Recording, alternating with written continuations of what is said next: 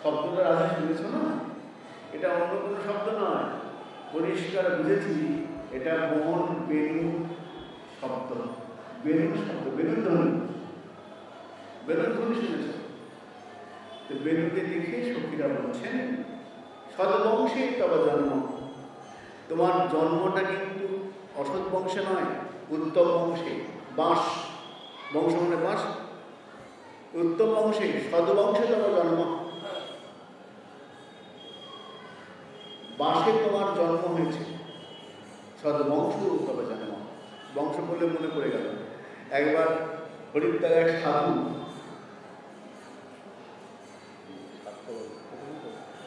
হ্যাঁ, হরিদ্বারে একটা বিরাট সভা, সেখানে প্রায় 3000 ছাত্র, 3000 ছাত্র আছে।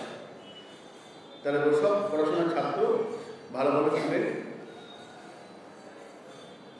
এক সাধু সেখানে আছে। সাধু বললেন তোমাদের যার যা প্রশ্ন করতে পারো, তোমার যার যা প্রশ্ন যেমন ইচ্ছা প্রশ্ন করো, আমি উত্তর দেব। তা একটা ছেলে প্রশ্ন করো, আমার একটা প্রশ্ন আছে, খুব জানবার ইচ্ছা। হ্যাঁ বলো। দেখুন, বিজ্ঞান বলছে আমাদের জন্ম, আমরা বানর থেকে এসেছি। বানর ছিলাম, নর হয়েছে। বানর ছিলাম, এখন মানুষ হয়েছে। তার মানে আমাদের পূর্বপুরুষ বানর। আপনি মানেন? বলুন, আপনি কি মানেন আমাদের পূর্বপুরুষ বানর ছিল? কি বলেন আপনি? বিজ্ঞানী তাই বলছে। সাধু উত্তর দিলেন, হিন্দিতে বলছে, দেখো বেটা, তুম হো সকতে হো मैं नहीं। তুমি বাংলার ভাষা ভাবতে পারো, আমি ভাবি না। বলে কেন? বলে আমরা সনাতন ধর্মের লোক তো, ভারতবর্ষের সনাতন ধর্মের লোক, আমাদের কিন্তু গোত্র আছে। গোত্র মানে পরিচয় আছে। দেখবেন আমরা যখন তর্পণ হয় না, তখন 3-4 পুরুষের, 7 পুরুষের নাম বলতে হয়। 7 পুরুষের নামে জল দিতে হয়, তর্পণ করা হয়। তো এদের গোত্র বলা হয়, অমুকে গোত্র। তো গোত্র মানে যাদের পরম্পরা আছে। তার মধ্যে গোত্র কার হয়?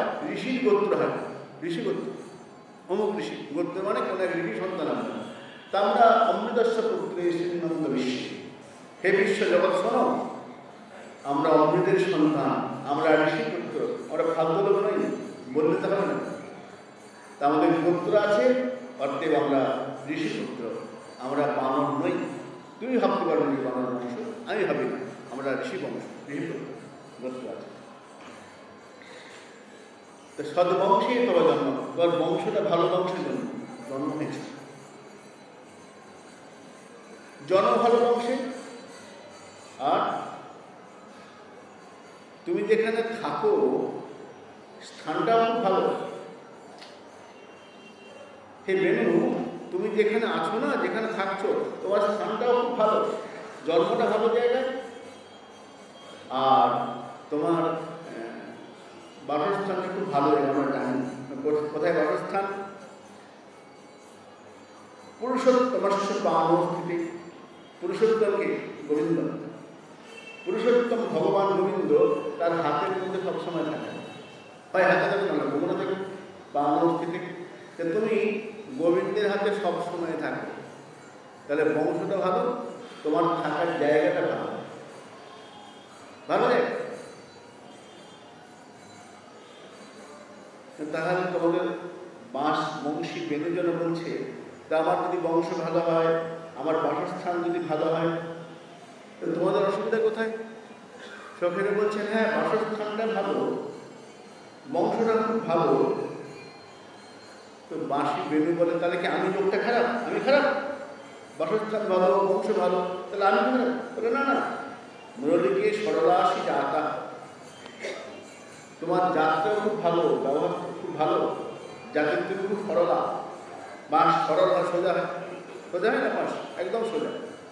তুমি জাতিতে সরল, বংশ ভালো, বাসস্থান ভালো, তোমার জাতিও খুব ভালো, স্বভাব খুব ভালো। বলে তাহলে সমস্যা কোথায়? গুরু বিষমা গৃহীত্বা, কিন্তু তোমার এই বিষম স্বভাবটা কেন? কি স্বভাব? স্বভাবটা ভালো না, বিষম স্বভাব। এই যে যখন তখন বেজে ওঠো, উঠে আমাদের যে অসুবিধায় ফেলে দাও, কাজটা ভুলিয়ে দাও, কানটা ওদিকে চলে যায়, মনটা ওখানে চলে যায় বেলুন ধরিতে, এইটা ভালো না। বিষম গৃহীত। আমাদের মনে হয় এটা তুমি নিজের ইচ্ছা করছো না, তুমি নিজের ইচ্ছা করছো না। কি না কস্মৎয়া গুরুর দীক্ষা, মন্ত্র দীক্ষা, এই যে গোপঙ্গনাদের বিমোহিত করে দেওয়া, এই যে তোমার স্বভাবটা, এটা মনে হয় তোমার মন্ত্র দীক্ষাটা ভালো হয়নি, দীক্ষা যেখানে সেটা দীক্ষাটা ভালো হয়নি, এই জন্য অসুবিধা, তোমার স্বভাবটা থাকবে। মন্ত্র দীক্ষা কবিরা বলছেন তোমার গুরু দীক্ষাটা ভালো হয়নি। আমি এক সাধারণ শুনেছিলাম, একবার বেনু বাঁশের যে বেনু মুছি, তাকে সবাই ধরেছে, তুমি কি এমন তপস্যা করেছো? সখীরা বলছেন, কি এমন তপস্যা করেছো যে তুমি গোবিন্দের কাছে ঠাঁই পেয়ে গেলে? এমন কি তপস্যা করেছো? বেনু বলে, আমি নিজেকে পূর্ণ সমর্পণ করেছি। পূর্ণ সমর্পণ কিরকম? কিরকম পূর্ণ সমর্পণ? সমর্পণ মানে বেনু বলে, আমি সমস্ত দুঃখ, সমস্ত যন্ত্রণা সহ্য করেছি গোবিন্দের জন্য। কিরকম? আমি এক ভক্তের মুখে শুনেছিলাম, তিনি বলছেন বেনুর কাছে গিয়েছেন শ্রী গোবিন্দ, কিন্তু বিষণ্ণ বদনে, বাঁশ গাছ বেনু, বাঁশের কাছে গোবিন্দকে দাঁড়িয়েছেন, শ্রী গোবিন্দের মুখটা একটু বিষণ্ণ। বাঁশ জিজ্ঞাসা করে, হে গোবিন্দ,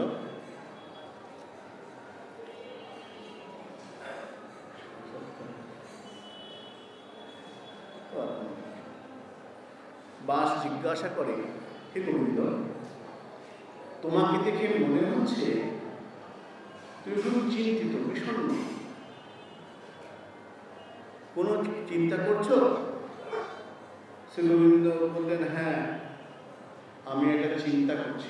কি চিন্তা করছো? তুমি, তোমার কিছু চাই? বেনু বলে, ভগবান তোমার কিছু চাই? বলে, হ্যাঁ কি চাই? হ্যাঁ চাই। কি চাই? শ্রী গোবিন্দ বললেন, হে বেনু, হে বাঁশ, হে বংশ, তোমার প্রাণটা আমি নেব, তোমার প্রাণটাই আমার চাই। বাঁশ বলে, বিকল্প নেই, আমার প্রাণটা নিতেই হবে। বলে, হ্যাঁ তোমার প্রাণটাই চাই। বেশ, আমার প্রাণ দিলে যদি তুমি সুখী হও, প্রসন্ন হও, আমি তোমাকে প্রাণ দিই, প্রাণ দেব, দিদি। বলে, তোমার খুব কষ্ট হবে, তোমাকে প্রাণে মারবো, তারপরে তোমাকে ছিদ্র করবো, সহ্য করতে পারবে? বাঁশ এসে বলে, প্রভু তোমার সুখের জন্য, তোমার প্রসন্নতার জন্য, তোমার জন্য যত কষ্ট হয়, যত যন্ত্রণা হয়, আমি সহ্য করব, আমি করব। বাঁশকে কেটে বানানো হলো বাঁশি, ছিদ্র করার করা হলো। বাঁশ একবারও বলেনি কেন ছিদ্র করছে, একবার বলেন, জিজ্ঞাসা করছে ছিদ্র কেন করছে, সহ্য করেছেন সব। তাই বাঁশ বলে, আমি সমর্পণ করেছি, এমন সমর্পণ করেছি দুঃখের সুখ বলে মনে হয়েছে শ্রী গোবিন্দের থেকে। আমার সমর্পণ পরিপূর্ণ। 84 কোষ ব্রজমণ্ডল একটি গ্রন্থ আছে, সেই গ্রন্থে একটি ভারী সুন্দর কথা বলেছে, এই বাঁশি জগতে কি করে এলেন। ভগবান শ্রী রামচন্দ্র যখন সীতাকে বিবাহ করার জন্য গিয়েছেন জনকপুরীতে, ধনুক রাখা রয়েছে, শিবধনুক। রামচন্দ্র ধীরে ধীরে ধনুকের কাছে গেলেন, ধনুকটাকে তুলেছেন, তুলে যখন গুণে টান দিয়েছেন, গুণ পুড়িয়ে টান দিয়েছেন, ধনুকটা বেঁকে একবারে রামচন্দ্রের কানে গেছে চলেছে, একদম কানের কাছে কাছে এসে ধনুক বলছে, প্রভু এই যে আজকে তুমি আমাকে হাতে তুলেছ না, আজকে তুলেছো তুমি আমাকে, তুমি কিন্তু আমাকে আর কোনদিন ছিল না, আর ছেড়ে দেবে না। এবং রামচন্দ্র বলছেন, তোমাকে আমি ছাড়বো না কেন? কি তো আমার উপকার করেছো? আমাকে তুমি কি আমার উপকার করেছো যে তোমাকে আমাকে সবসময় সঙ্গে রাখতে হবে? শুধু এই কথা নয়, তুমি যতবার আসো পৃথিবীতে আমাকে সঙ্গে রাখতে হবে। তুমি যতবার পৃথিবীতে আসো আমাকে নিতে হবে সঙ্গে। ধনুক বলে, ধনুক বলে, তাই নাকি? কি করেছে বলো? তখন ধনুক রামচন্দ্রের কানে কানে বলছে, শোনো প্রভু, আমি প্রথমে ছিলাম শিবের হাতে, শিবের কাছে ছিলাম, শিবধনু ছিলাম। পরশুরাম শিবকে সন্তুষ্ট করে নিয়ে এলো, নিয়ে এসে জনক রাজাকে বলল, এই ধনুকটা রেখে গেলাম, তোমার কন্যা সীতা, সীতা সীতার তো বিয়ে দেবে। তো পরশুরাম বলল, সেই পাত্রের সঙ্গে দেবে যে তোমার কন্যার উপযুক্ত, সীতার উপযুক্ত, তার সঙ্গে বিয়ে দেবে। হ্যাঁ, তাতে কি হলো? রামচন্দ্র বলছেন, জানি তো, সেই ধনুক ভাঙতে এসেছি, আমি তো ধনুক ভাঙতে এসেছি, ধনুকে ভাঙবো, ভেঙে রাম বিয়ে করবো সীতাকে। বলে, শোনো, পরশুরাম রেখে যাওয়ার পর থেকে অনেক বড় বড় রাজা এসেছে, রাবণ এসেছিল, কেউ আমায় ভাঙতে পারেনি। কেন পারেনি জানো? আমি ভাঙিনি, আমি অপেক্ষা করে আছি তুমি আসবে, তাই বলে ভাঙিনি, ভাঙতে দিই। যদি আমি ভেঙে যেতাম তাহলে কি হতো? তুমি সীতা পেতে না। তাহলে সীতা পাওয়ার জন্য আমি তোমার কাছে, তুমি আমার কাছে ঋণী, সাহায্য করছি। এই যে তোমাকে সাহায্য করছি সীতার বিবাহিতে, তুমি আমাকে কোনোদিন ছাড়বে না, ছেড়ে না। যতবার তুমি আসবে আমাকে সঙ্গে রাখবে। আমি তোমাকে কত সাহায্য করলাম, যদি আমি আগে ভেঙে যেতাম তাহলে তো তুমি সীতাকে বিয়ে করতে পারতে না। আমি তাই বলছি। বেশ, রামচন্দ্র বললেন, কথা দিলাম, কি জন্ম জন্ম লইব এই মতে তোমারই, সতত রাখিব তোমা আপনার করো। আমি যতবার পৃথিবীতে আসবো ততবার, এখন ধনুক ধনুক হিসেবে রাখছি, তারপরে বাঁশি হিসেবে থাকবে, আর কলিতে কমণ্ডল হয়ে থাকবে, থাকবে দণ্ড হয়ে থাকবে, দণ্ড কমণ্ডলে সন্ন্যাসী হল, তখন দণ্ড কমণ্ডল তুমি থাকবে। ওইখানে বংশবতার একটা প্রসঙ্গ আছে, ভারী সুন্দর। এই বেনু বাঁশ বলে সে আগে থেকেই আসছে, 3 যুগেই আসছে। এখানে বলছেন, ইতি বেনুরবং রাজন, ইতি বেনুরবং রাজন সর্বভূত মন। এই যে বাঁশি, এর শব্দ, বংশীধ্বনি, বেনুধ্বনি কিরকম? সর্বভূত মনোহারণ। যার কানে একবার প্রবেশ করবে তার কানের ভিতর দিয়ে ঢুকে মনটাকে চুরি করে নিয়ে চলবে। যারা বংশীধ্বনি শুনবে না তাদের অনন্ত বর্ধমান। গোপীরা বলেছেন, এই যে বংশীধ্বনি যত শুনি অনন্ত বর্ধমান।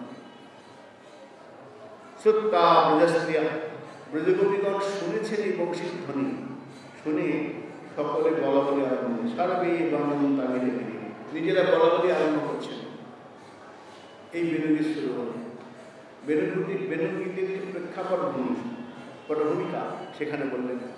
এই বেনুধ্বনি শুনে ব্রজগোপীগণ সখীরা একে অপরকে বলতে আরম্ভ করল, বেনুর মহিমা কীরকম, সে গোবিন্দ কেমন বলতে আরম্ভ করল। আর গান আমার কাছে নোটিশ চলে এসেছে প্রক্রিয়াতে, যেখানে বিশ্রাম রাখতে আর কি সময় সম্বন্ধ হয়ে গেছে, আর না ওরা এখানে বিশ্রাম রাখে। সেগুলো প্রেমানন্দ নিতাই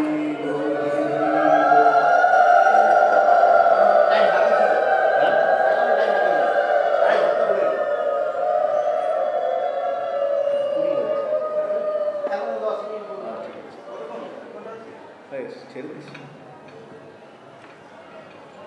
7:30